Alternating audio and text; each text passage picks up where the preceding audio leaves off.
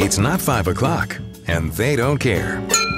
Welcome to Wine to 5. Entertainment, education, and everyday drinking for everyday people. Your hosts are Valerie Caruso and Stephanie Davis, two wine educators who don't need a clock to know when to pour that next glass. Welcome to episode 197, and Val and I are sitting together, you guys. That is unheard of. We are recording together. We are in Boulder, Colorado, and took me about an hour, Val, 2 hours. But it is our Wine 25 podcast retreat. Woohoo! Oh, hang on. I'm taking a selfie. Oh, hey. Hey. Get her done. Hey. Oh, that's going to be terrible. I got wrinkles in my neck. All right. And there are the bloopers. But no, this is fun because we're actually discussing breakfast wine. Now, it is a little bit past breakfast because, traffic. But why not? Because we always talk about it being, it's not 5 o'clock and we don't care. The whole it's 5 o'clock somewhere thing stuff really bothers me because it still means that you're subverted by the clock. Yeah. It's oppressive. It is oppressive. That's the perfect word for it. I don't care if it's 5 o'clock. I'm going to drink anyway. So That's right. It's actually a little bit afternoon. So we are discussing breakfast wines today, right? Yes, we are. We're doing the breakfast wine thing. It kind of came to me. I was like, we haven't really covered breakfast wine, but as you will see how this episode unfolds, we have dropped things about breakfast wines and drinking before noon here and there throughout the last 3.5 years of our podcasts. And so it's nice to kind of go back even at this time and review some of that, I think, because we do feel that we should not be oppressed by the time. And, we did start drinking before we started recording because we have 2 really cool wines in front of us that we're going to share with you and a lot of great recommendations. And it's not easy for us to keep these podcasts short, especially when we're together and we go on a tangent. But we do have some travel coming up. So we're trying to keep it short and give you 2 episodes, this one and another one that we're going to record tomorrow, that are short and kind of just fun and silly and kind of get you out of the drinking box and out of your comfort zone in the morning. That's right. Rise and Shine podcast, peeps. This is the breakfast series. And we've had guests allude to breakfast wine before. We've actually talked about, I think, how, or at least in my circles, I always mention, Sauvignon Blanc so much better with Eggs Benedict than a freaking coffee, right? Yeah. I don't think coffee does most breakfast unless it's sweet. Yeah. Right. But if I'm having like a poached egg or something, I'll be damned if I don't want like a white wine with it. Yeah. I mean, I make a lot of frittatas at my house. Me too.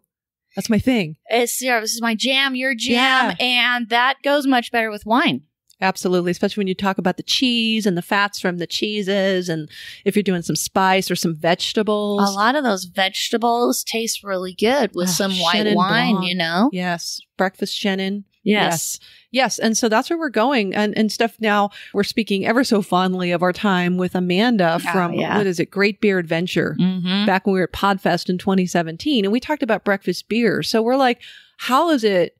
We've never talked about breakfast wine. We've talked about breakfast cocktails, I think. And, this goes beyond pouring bourbon in your coffee like I tend to do occasionally because, it's 2019 in America, but shall we get into it? Let's get into it. And don't worry, because we do talk coffee in the next episode. Yes, so have no fear, coffee lovers. That's right, have no fear. So let's talk about what's in our glasses. We have 2 wines that Val brought, and then we have 2 other wines that I brought. I was thinking, when I went and looked to see what I had in my stash that I would pull out for breakfast for myself. I have a 2015 Chateau Ste. Michelle Riesling from Columbia Valley, Washington, because, that's like when I'm thinking about like crab Eggs Benedict. Oh, yeah, with the sweet crab. And then, all that richness from the Hollandaise. And there's lemon in there, which plays off the acid in the Riesling, right? Totally. So I was like, this would be something would be a great breakfast wine. It's also great because it's only 12% alcohol by volume. It's cool that the Chateau Ste. Michelle uses that IRF scale on their back labels, which is what is that, International Riesling Foundation. Anyhow, what's cool is that then because the scales on the back label, that this particular wine is between medium dry and medium sweet. You can visually see that. I think that's very cool. And the other thing that's neat about this wine, besides its affordability and it tastes great, is that it is 100% vinifera rootstock. Totally, Riesling is an option. We're going to get into that a little bit more with some optional wines for breakfast. And then the other thing I brought along with me is that beautiful bottle. See how gorgeous that it's like a burgundy style bottle. Almost looks like a champagne bottle. Yes. It is the 2017 Susana Balbo Signature Rosé from Valle de Uco in Mendoza, Argentina. It is 60% Malbec and 40% Pinot, which that's nice to know. But what it tastes like and its color and the appeal of it with breakfast is what's more exciting, because that puts me in the mood for lox and bagels. But I could see that with an egg white omelet too. Oh, yeah. Mushroom in there, maybe. Because, I mean, when's the last time, first of all, you had a Malbec rosé anyway? I know. And it's what a beautiful bottle. And people drink sparkling wine at breakfast time, with their mimosas and stuff. I think it makes for a nice alternative on your table if you're having breakfast, brunch, or, something like that, because your eyes almost telling you, it looks almost like champagne. Well, and eating, part of the experience is the visual appeal. So if you've got a dish with some cranberries, if you've got some muesli with like cranberries and nuts and things like that, and, really that rich yogurt, from parts of Europe that's really, really rich and thick, granola. And that's right. We're in Colorado. I said granola. Anybody got a problem with that? Oh, we're in Boulder. So. We're in Boulder. That's right. So I would love to see a rosé on the breakfast table. Yeah. Absolutely. And what are the fun things you've brought here? I brought some fun things today too. So yes, we're talking about bubbles, but this isn't champagne or Prosecco or Cava. This is actually Lambrusco. And some of you are going, what? Lambrusco? That's right. It's not the stuff that I always make a joke about my aunt carrying it in her handbag, or the stuff that we remember that was high volume and cheap from the 70s and 80s.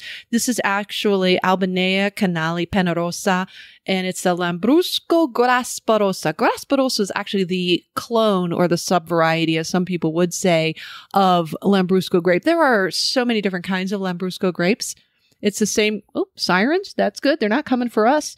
It's the same. It's the same grape they make balsamic vinegar with, by the way. There are 3 or 4 main varieties of Lambrusco grape that you're going to see. Grasparosa makes probably the fullest bodied, most complex of the Lambruschi or Lambruscos out there. This is actually one of my favorites. What I also like about this thing is these are normally secco or done dry. This one has a bit of maybe detectable residual sugar in it, but it's only 8% alcohol by volume. I mean, I've had beer higher ABV on this. I know. I mean, I think that's why it's important to be thinking outside the box when it comes to breakfast, because especially with all the sausage and pork products that are served at breakfast time, this is such a perfect wine for that. And you're not getting blitzed. It's 8% alcohol. It's 8%. Yeah. I mean, it's so nice to have, and it's chilled. It is chilled, and it is more of a frizzante versus spumante. So it's going to have a little bit less pressure in the bottle, but the foam on it is still this beautiful fluffy pink foam. We poured this almost an hour ago, and it's still got bubbles on top. So it's very festive. I want to say if you've got some cranberry scones with butter, this would be super fun. Whoa, I like that idea. The scones, as long as the scones aren't too sweet. That's right. And the ones I get from World Market that you just add water to, oh my gosh, I did the strawberry ones on New Year's Day. And I'm thinking this would have been great with that. Yeah. Before the lemon Franciacorta frosting that I iced it with. But you could have a couple of crispy bacons on the side. Oh, or one maple flavored sausage on a biscuit. Yes. Come on. I think that's really cool. And also because remember that was just saying that it's a little less sparkling, right? Because it's frizzante. Screw cap. It is a screw cap. That's right. Because it doesn't have the pressure on the bottle. You don't need to secure it with that cork. And you know what I would do with this? I'm really obsessed with these egg casseroles right now, like shashuka or eggs. I don't know. So yeah, eggs are it's more of a Middle Eastern dish that you've got eggs and they're poaching in this beautiful tomato herb sauce.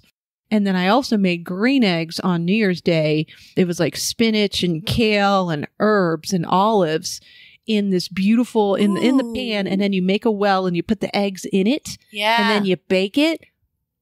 Oh my God. Yeah, that's so you got a nice egg dish with a little bit of heat to it. The sweet and heat is always a nice compliment. So I think this could stand up to a dish like that. Well, this Lambrusco is not super sweet. What it is, it's fruity. Mm-hmm. And then what's nice is the finish is kind of dry and clean.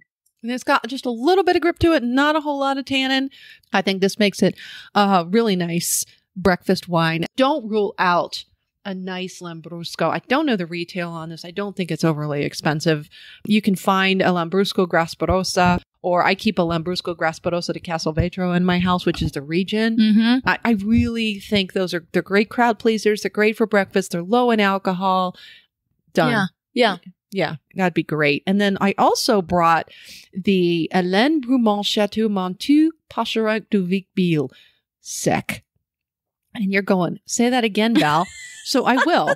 It's the 2011 Hélène Brumont Chateau Montu Pacherac du Vic-Biel Sec. And the sec is important because that means it's a dry wine. Because when you see Pacherac du Vic-Biel, it's going to be more of the sweet style, the dessert style, or liqueur style, or moelleux is what they say.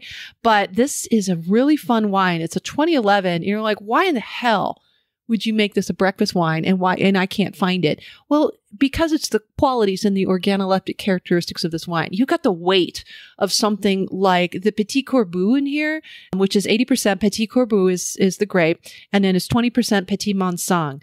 Now, the thing about this wine, it is dry, because by law, it must be with sec on the label, less than 3% residual sugar. If you see a regular Pacherac du Vic-Biel, it's going to have a minimum 3.5% residual sugar. So that'll be sweet. You can have that with your cinnamon rolls or what have you.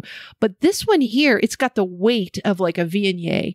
And it's almost like a full body in style. It's a long aged wine. The color is this beautiful golden color. It almost looks like an amber wine or orange wine. But then you've got the acidity from the Petit Mansang. And this reminds me of like unsweetened peach juice. But it's got the weight.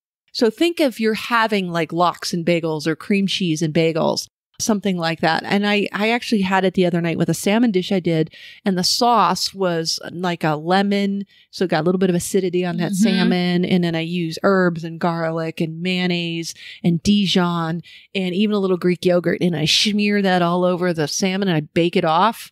Oh, yeah. And it was so good with this. So I did test it out with the little Coravin before I brought it up here to share with Steph, because I think it's a really cool bottle. Retails for maybe about $25.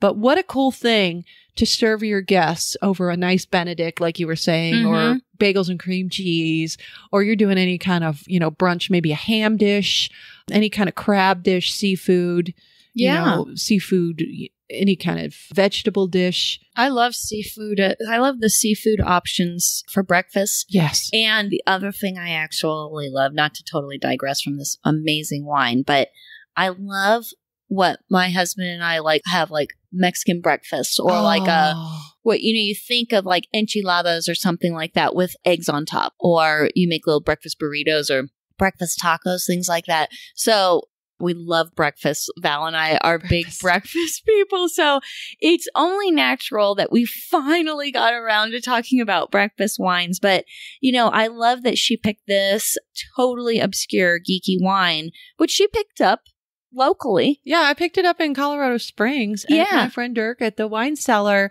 And, honestly, Steph, when you go back to the breakfast thing, anything I have left over for dinner, the next morning, if I put an egg on it, bam, it's breakfast. That's Pour right. some wine. Oh, Done. I know. You could even put an egg on a piece of pizza and call it good. That was my breakfast. I put some on leftover lentils the other day. I had leftover lentils and quinoa, and I said, yeah. Avocado, sure. Poached egg, bam. Breakfast, open this wine. That's right. And that's the end of the show. Was it? Goodbye. But let's talk about the key points that you've laid out really well here. Okay, so let's move on here. So there is a difference between sweet versus savory breakfast foods and how that's going to complement your wine. Now, certainly, we wholeheartedly believe in drink what you like, eat what you like. So there is no drink shaming and wine pairing shaming going on over here. Drink what you like, eat what you like, do what you want to do. But at the same time, remember, just like we were saying, coffee doesn't always taste really great with your Eggs Benedict. You know, when you have sweet foods like French toast or Belgian waffles with whipped cream and strawberries, that doesn't necessarily taste great with everything. You know, maybe the rosé we were talking about wouldn't be so great, you know. So you have to play around with it and have some of these nice sweeter wines. Right. If the food is sweeter than the wine, then that food will make the wine taste bitter. And then you'll be walking around like, oh, God, I had Cabernet with chocolate cake and it was absolutely terrible. Some people love it. Yeah. But for the most part, a lot of times when you've got sweeter, fruitier food, it makes the wine taste bitter and you're blaming the wine. Yeah. Yeah. Don't blame the wine. Don't blame the wine. They didn't do anything wrong. Right. You know, but so when you've got all these great egg dishes and with all these savory meats and savory vegetables and spices and things like that, that's when, you know, it's really nice to kind of see which kind of wine are you feeling up to. Even the sweet wines can go nice with the savory and spicy breakfast food. So there's a lot to go off of, but breakfast is not one thing. Wine is not one thing, right? So breakfast kind of falls into two categories, you know, the savory breakfast and the sweet breakfast. So, and then moving on, we do want to emphasize, like we did earlier, with this Lambrusco only being 8%, you know, there's some great alternatives to traditional breakfast wines. And ice wine is another example that we've talked about before in episode 162. We did a total grape gab on it, ice wine and chill. Those tend to be around 7%, even less. We had said in that grape gab, why not serve ice wine at brunch with fruit and whipped cream topped waffles? Stop it. Just to circle back, that's a fun one to listen to. If you're not familiar with ice wine, please go check that one out. With a little orange zest on top to play off those flavors in the ice wine. And to make it more visually appealing. Oh, yeah. Sorry. And then Prosecco, right? Yes. With or without the OJ. Any bubbly, honestly. Cava, Prosecco. You know, Prosecco tends to be more fruity, but there are some exquisite examples of, as we talked about in that episode. Yes, we talked about the DOCG Prosecco. Yeah, we did. In episode 141, almost a year ago now. And you know what? Prosecco, as opposed to champagne and some of the other cavas and classic method bubblies, Prosecco tends to be also a little bit lower in alcohol. It does. What else is lower in alcohol? A lot of Rieslings tend to be lower in alcohol, like 8 to 12%. And they have such a range from sweet to dry and everything in between. So that's a fun thing to experiment with. And then the Lambrusco we talked about. And then what about alternatives to mimosas? So you're using your bubbly, but what about you could substitute OJ with something else? I particularly, when I go watch football at the sports bar, they do have a bottomless mimosa option. And what I like to get is grapefruit juice as a substitute for orange juice. Yeah, your dentist likes that. And so it is bitter and acidic all the way around. I love it. And some of the other Steelers fans around the table like it or hate it. It's hilarious. It's funny because I'm bitter and acidic all the way around. But when we were in South Africa, I think one of the best breakfast buffets, we were at a Belmont, Mount Nelson, Belmont property. Ooh, those are nice. Oh my gosh. So we were there. We called it the Pink Palace. That was James Kluwer's word. Well, we've arrived back at the Pink Palace. Their breakfast was so fabulous. Really? And every day the mimosas were made with like fresh mango puree, fresh. So it always doesn't have to be orange juice stripping the enamel off your teeth kind of thing. But I mean, every day it was like fresh, local locally produced sparkling wine, because South Africa does amazing sparkling wines. There's sparkling Chenin, and then whatever kind of fruit juice. There's like sometimes Cap Classique, and then they had the papaya puree and the mango puree. I never ate so many vegetables on fruits on vacation in my life, and every day I could not wait, not only for the Prosecco bar, and then I would like strip the enamel off my teeth and then have coffee and then stain my teeth. Yeah. But because I want the sweet, I want the Prosecco and the wines with the savory foods, but then I want the coffee with the sweeter, the pastries. It's just a really great way to just get friends together. You don't have to do this all yourself. Get friends together. Yes. Everybody bring a sweet, divvy it up. Yeah, sweet or savory dish, and then bring a wine, and then mix, match, and play. This is how grown-ups play with their food. And you know what else is cool is if we go way back to episode 48. Wow. I mean, sorry about the audio. That way back when we did talk about where the mimosa really came to be, the origins, not orange, but the origins of the mimosa. And we were talking about International Women's Day, and Val had come up with some really cool information about the mimosa cocktail. I don't even remember. I know, it was so crazy because it was so long ago. But you were saying you uncovered some cool information because you also experienced the mimosa flower in Italy. Yes. Isn't that cool? Yeah, it's part of the International Women's Day celebration. Men walk around these beautiful bright yellow flowers and they present them to the women. And I didn't know the first time I was over there. I remember my teacher, Massimo, who's been on this show, saying, auguri. And I'm like, and that kind of means like, hey, happy, whatever, happy birthday or happy day, happy celebration of whatever. So auguri means like, it's like a congratulations, happy, whatever you're celebrating kind of thing. So if it's your birthday and I walk up and say auguri, or auguroni, which means a really big festive greeting, then you know that you say grazie, it means I'm celebrating. So I walk into food and wine pairing class, which I hated, by the way, oddly enough. And he goes, auguri. I'm like, for what? Perché? Why? And then he explained, and all these women were walking around Florence with these yellow flowers, and I didn't understand it, but they're called mimosa flowers. Isn't that neat? Yes. I love it. So yeah, it's a yellow mimosa flower, and it's believed that the cocktail mimosa is named after this flower and was created at the Ritz in Paris. And like many other cocktails, there are other stories, but there's a possible story alluding to the original champagne and OJ in London called the Bucks Fizz, and even a suggestion that Alfred Hitchcock had something to do with its creation, or at least helping it to make it popular. So we had all of that info in our episode 48. So if you are a new listener, there is some great content and material that we have way back in our library to check out. So other still wines to have at the breakfast table stuff. Yeah, other still wines, just to kind of keep you thinking, what else?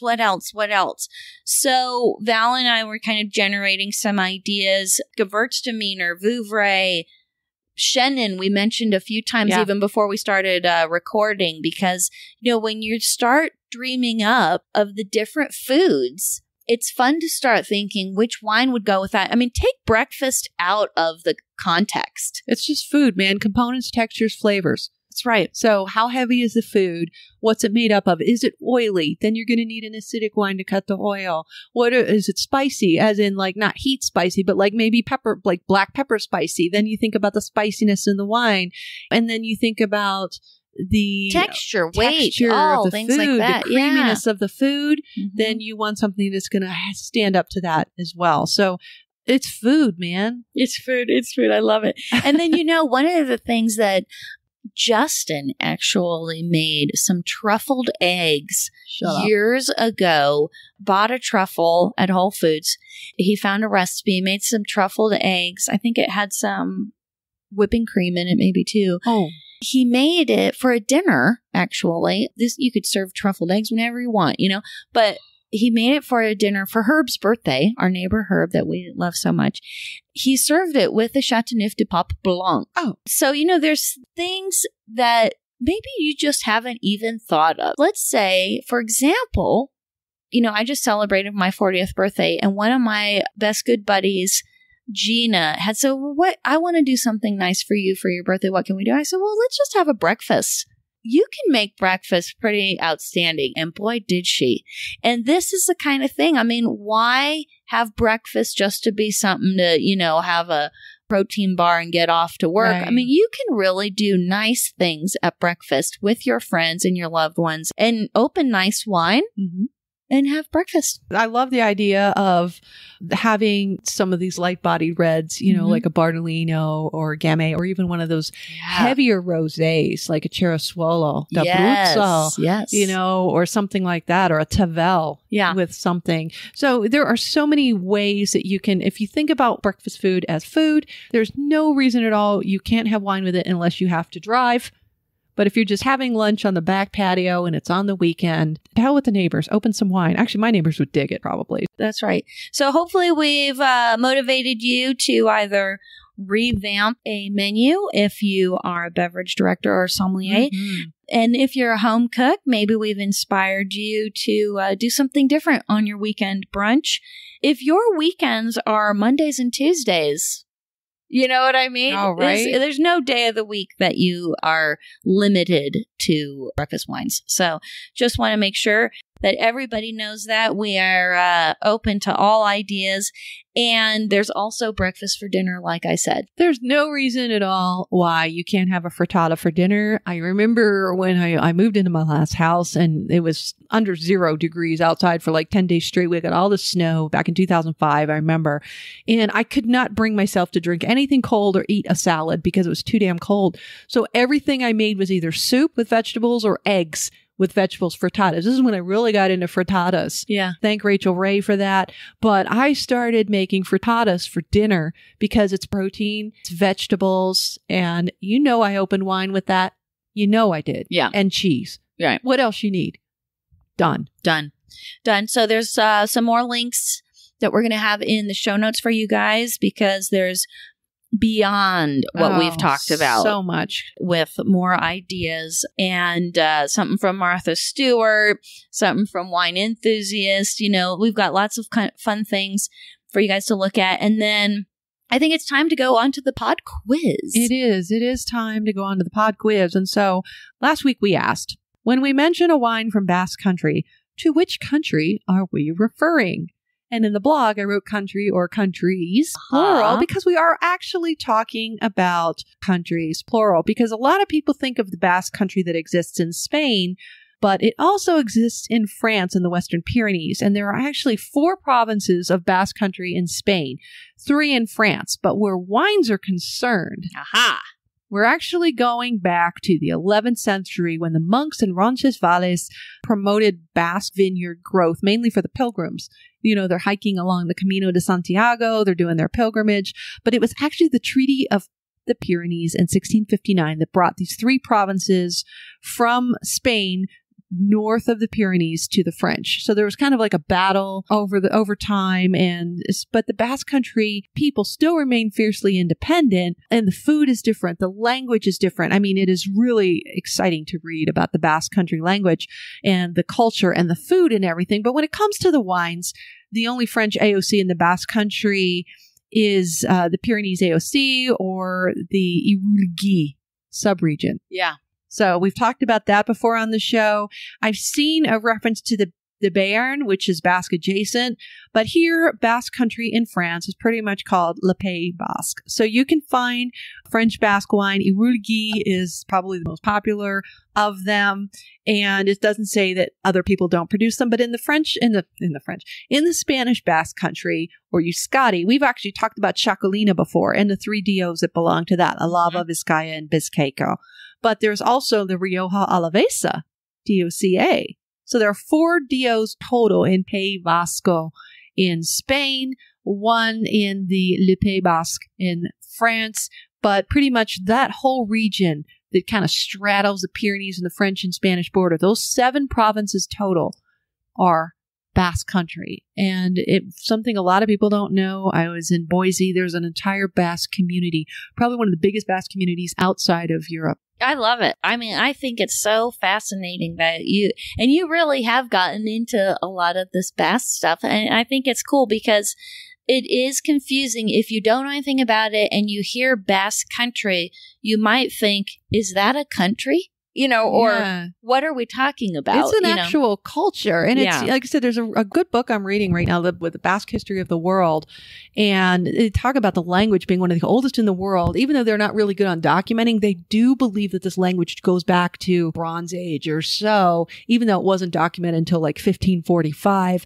But there's a whole other language there. And that's why we've actually given, I think, the Basque and the Spanish names for those DOs when we talked about Shakali back in probably 2017, I guess it was, but also even in the French parts. And so the wine that we're drinking, and we didn't mention it earlier, but the Pacheranc du Vic-Bilh is from Southwest France. It is Basque adjacent, not so much Basque, and it is the white wine AOC that goes along with the Mataran AOC. That's all red. This is the white. Yeah. So this is kind of Basque adjacent. It's down in that part of France because I failed to mention where that's from. I find that part of the world absolutely fascinating. And so when you hear Basque Country, it's not always about Spain. That's right.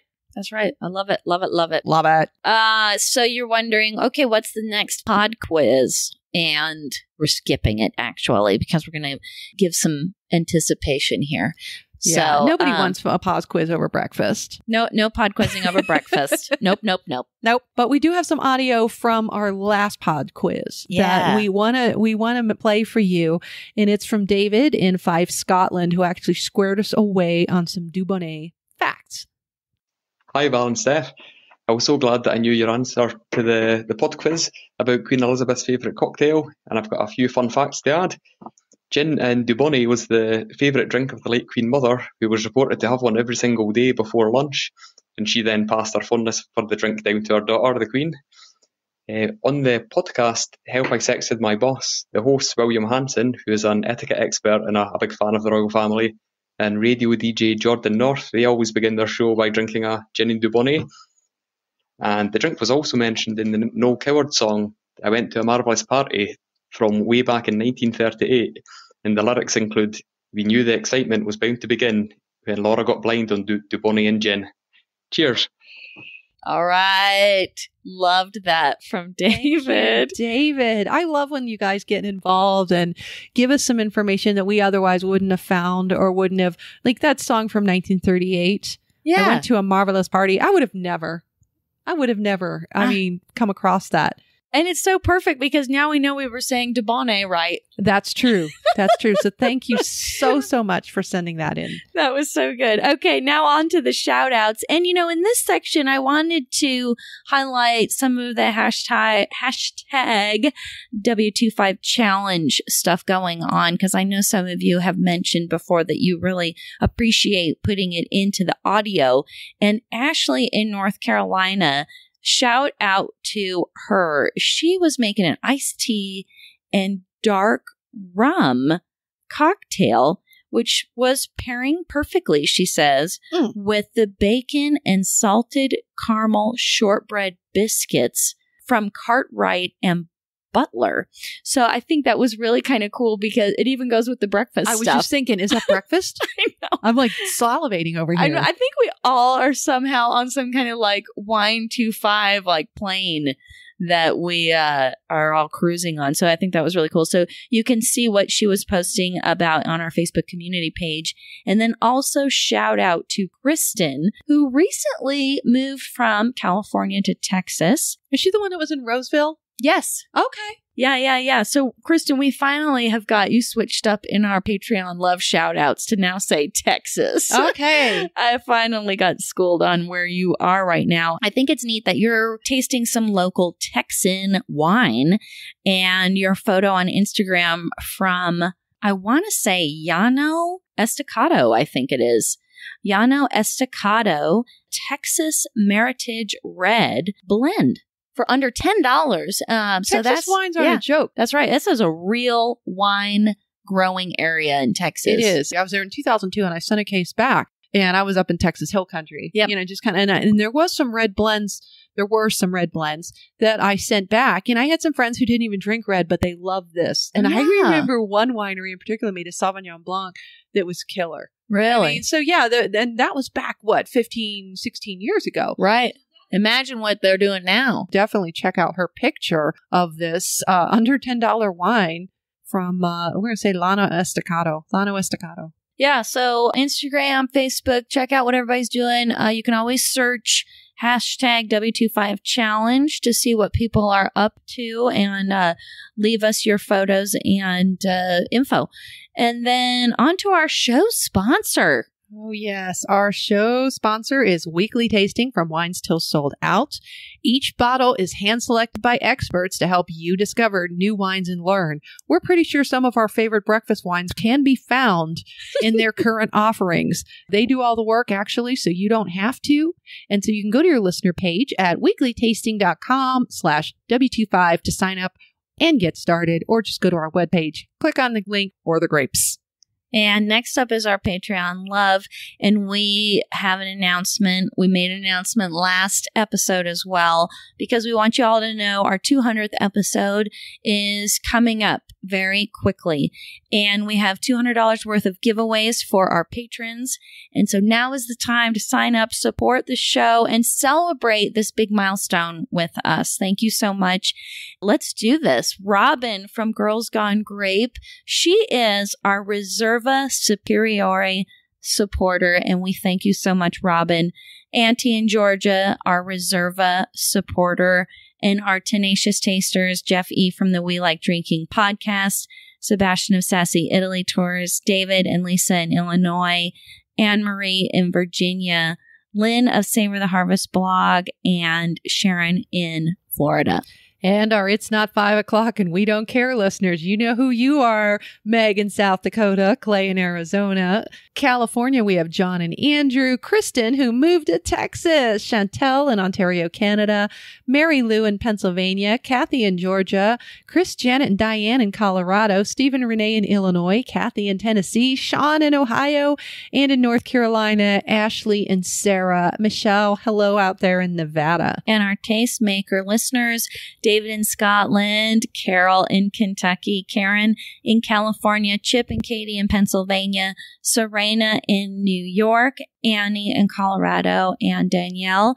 And for the rest of y'all, you can go to wine25.com and click on support to show your support and find out what this Patreon stuff is all about. Absolutely. And between our weekly episodes, you can find goodies on our website, WINE25.com, wine25.com, or find us in the social spaces at wine25. We hope you learned something and had fun. And until next week, or tomorrow when we're actually recording it, when we discuss coffee liqueurs. Cheers. Thank you for listening to the Wine to 5 podcast. Be sure to check us out at Facebook/WineTWO5 and tune in next week for more fun and useful sip tips.